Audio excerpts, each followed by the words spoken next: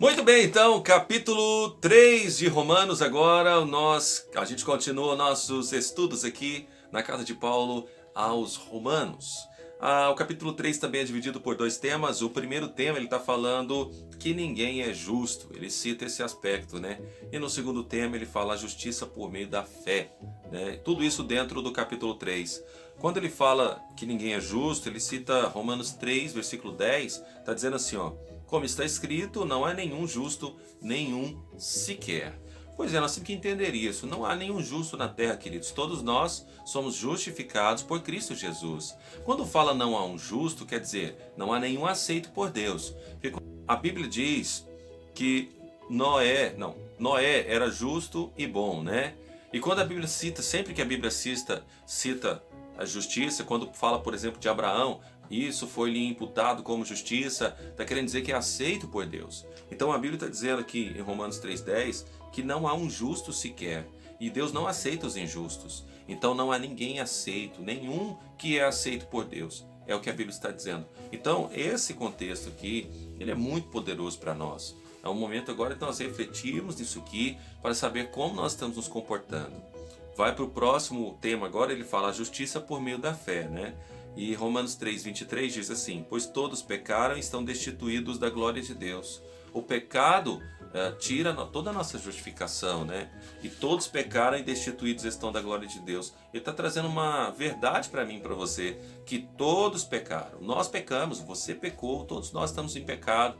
Sabe, a Bíblia também diz que aquele que acha que não tem pecado já acabou de cometer pecado, porque acha que não tem pecado, né? Então nós vamos refletir sobre isso também e ver como está a nossa vida, como temos nos comportado nesses dias, ok?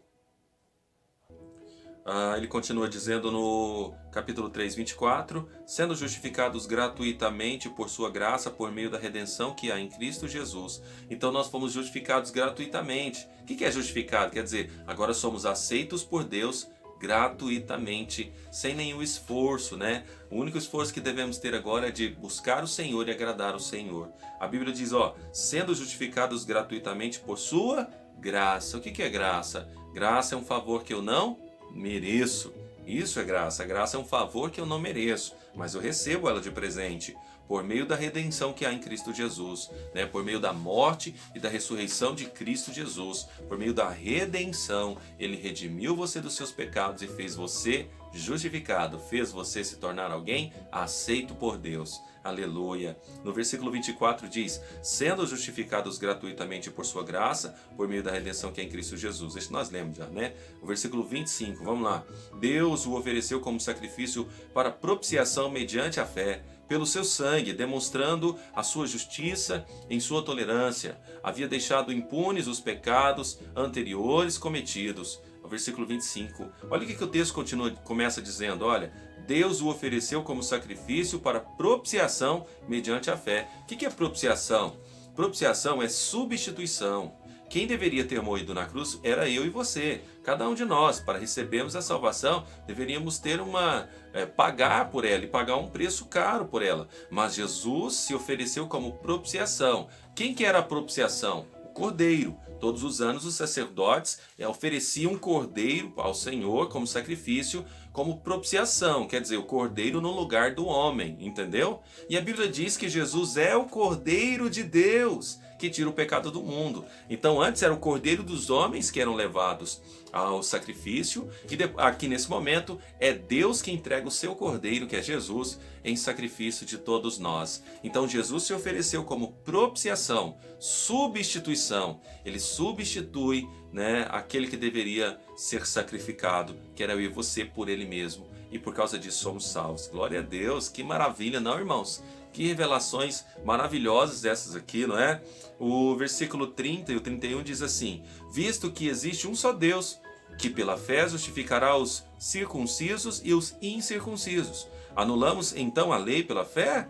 De maneira nenhuma. Pelo contrário, confirmamos a lei. Ele está querendo dizer o seguinte: só existe um Deus, queridos. Jesus não anulou a lei, Jesus ele confirmou a lei.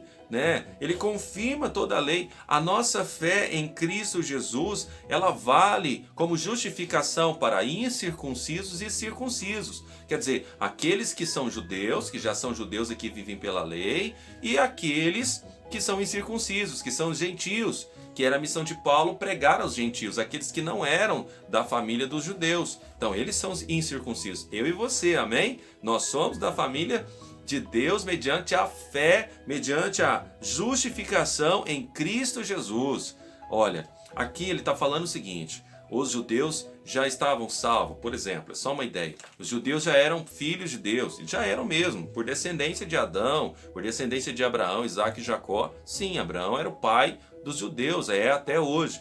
Mas ele está dizendo que os incircuncisos, que somos nós que não somos judeus, também pela fé, também somos justificados. Quer dizer, pela fé também somos aceitos por Deus. Aleluia! Glória a Deus por isso, não é verdade? Eu e você somos aceitos por Deus por meio da fé em Cristo Jesus. Era isso que Paulo estava escrevendo aos irmãos de Roma.